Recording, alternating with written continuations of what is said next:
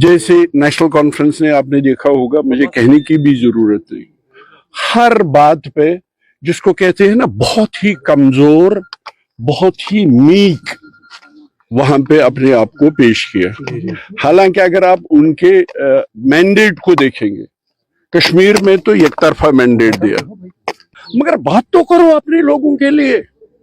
Union territory, union territory, union territory, statehood, statehood, statehood, ये तो prime minister भी कहता है, ये तो होम मिनिस्टर भी कहता है।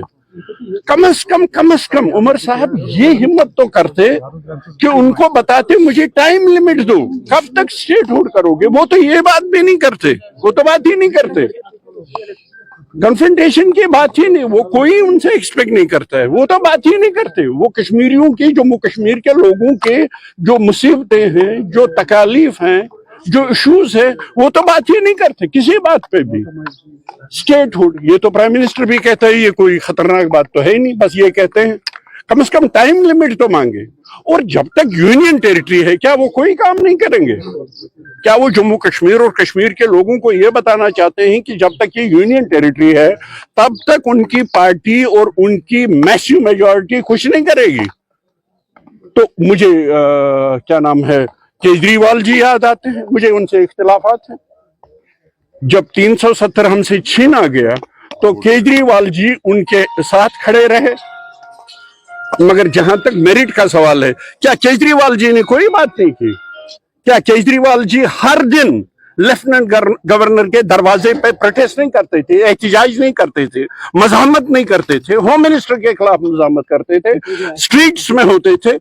कम से कम उनसे ही सबक हासिल करें। ये यूनियन टेरिटरी, तब तक आप सिर्फ तनख्वाहें लेते रहेंगे और लोगों का कुछ काम नहीं करेंगे। लोगों को बता दीजिए, लोगों को कह दीजिए हम तब तक सिर्फ तनख्वाहें लेंगे, ये लोगों को बता दीजिए।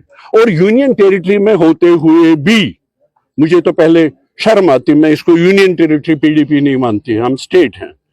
हम वंस अपॉन ए टाइम, अगर आप हिस्ट्री में जाएंगे, मैं उसमें नहीं जाऊंगा, स्टेट है। यूनियन टेरिटरी होने तक अब अभी होम मिनिस्टर ने क्या कहा, अगर आपने नोट किया होगा, आज 10 साल के बाद मैं होम मिनिस्टर साहब को कोट करता हूं, उन्होंने कहा मोदी जी की गवर्नमेंट ने कंट्रोल किया टेररिज्म पे, मिलिटेंसी पे, खत्म नहीं हुई।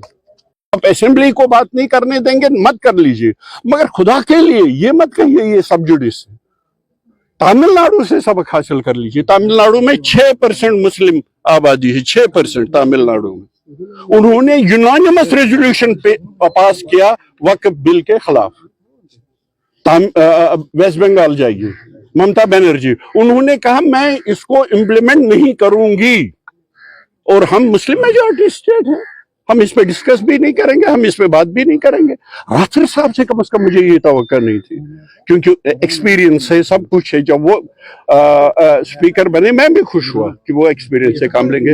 ये बिल्कुल इसलिए करना था कि वो किसी बात पे बात नहीं करना चाहते हैं, न असेंबली में न असेंबली से। हाँ बिल्कुल, हम सवाल पूछेंगे, जवाब तो इलेक्टेड गवर्नमेंट देगी ना।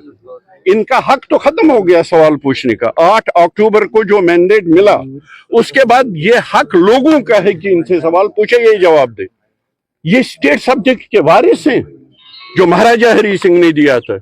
ये बीजेपी उनके स्टैचू बनाती है, मगर जो उनका कारनामे थे स्टेट सब्जेक्ट, उसका तहस नहस करते हैं और ये कहते हैं हमको 83,000 ऑलरेडी डोमिसाइल मिले हैं। ये तो आप उमर साहब से पूछ लीजिए, नाराज हुए या ना हुए, उनसे पूछ लीजिए, क्योंकि उनका काम अब जवाब देना है। आगा रूहुल्लाह साहब के सवालात उठाने का टाइम खत्म हो गया।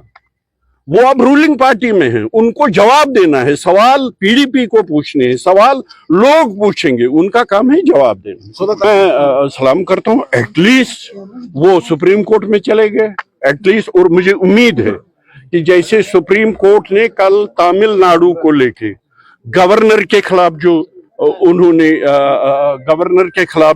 कहा है कि अपने उस दायरे में रहो गवर्नर को, और कहा है जो बिल्स आपके पास ऑलरेडी हैं, जो इस पे आप बैठे हैं, वो कंसिडर्ड होंगे एज डन। तो इसलिए मुझे सुप्रीम कोर्ट से तवक्कात है कि वो ऐसा करे। Thank you.